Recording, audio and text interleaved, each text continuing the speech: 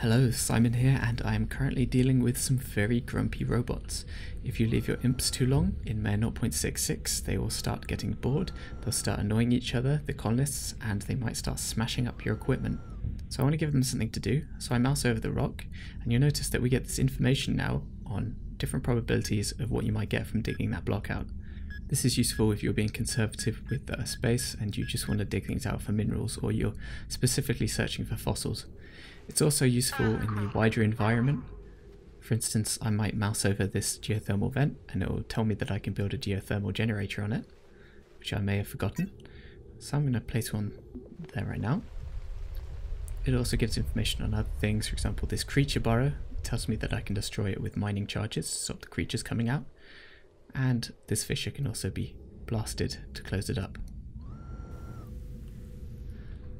Up next, we have changes to the colonist inventories. You can now mouse over to see what they're carrying, and the colonists can carry a lot of small new items. Many have gameplay implications, others are completely useless. These colonists are just carrying kind of basic stuff at the moment, but they can carry personal items and things.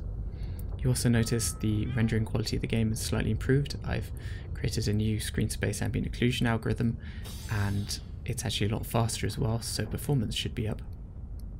You can see more colonists carrying different things. There's also changes to the electrocardiogram readout, but I'll talk about that in a second. So the harvesting of hydroponics has changed, and you can now harvest early, so colonists will pick up food before it's ready. You'll notice that woman's in that room shivering, so I think she's about to come down with hypothermia. So if we watch the electrocardiogram, it now tells you when her J-wave becomes enlarged, which means hypothermia. Before it didn't give you that hint, and I don't think a lot of people got that, so it's a bit more information for the player. So I'm just going to turn on the heaters now that I've seen that she needs it. The storage room has changed. Colonists will place things more randomly on the shelves instead of in such an organised fashion. Next up is a nice bit of new UI. If you middle click, you get a list of every colonist, and you can set who is allowed to use an item. So in this case, I've decided that I want colonists to share the beds. So these two colonists will use the first bed.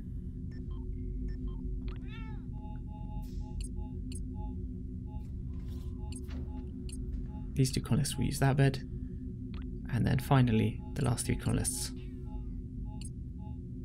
can use this bed. Let's set it to 2. There you go, we've shared the beds between colonists. You can do this for any item. It could be a food item or a seat. You can even do it for things like hydroponics, or things that might need repairs, or your workshop. That means you can share jobs out quite interestingly. You could even split your base in half. Next up we have the chickens. The chickens are a lot more interesting than they used to be. They've got a lot more AI, and they're more susceptible to things that might kill them. They also have different personalities based on whether they like people or hate people. I'm going to call down some more colonists to build that room. One of the other changes is a small UI change. When things intersect, it's more likely to give you a more useful warning, and the color changes are smoother, and the holograms look a little bit better.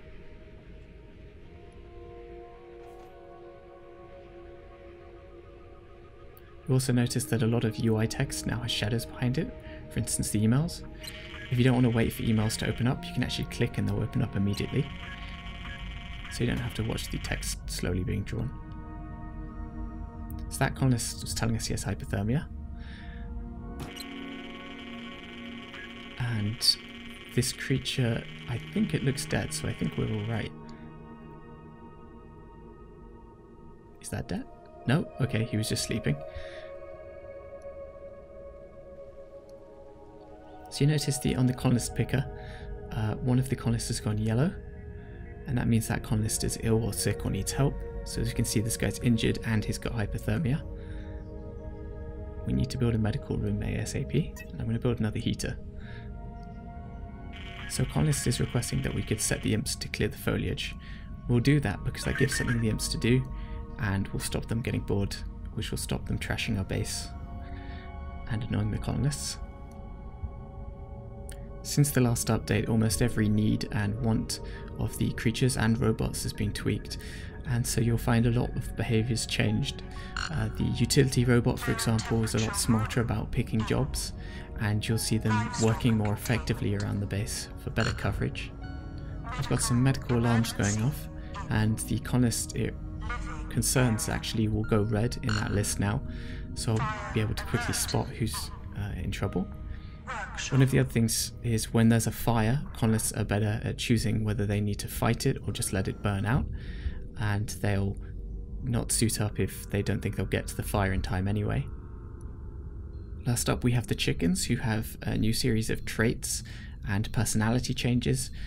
When the chickens die, for example, say of asphyxiation, some might survive, and those will be more resistant to low atmospheres in the future. So these chickens that have just died, their traits will potentially be lost to future generations of chickens. Anyway, there's hundreds of changes in Maia 0.66.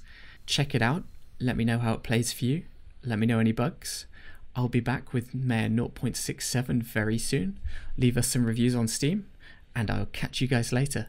Bye!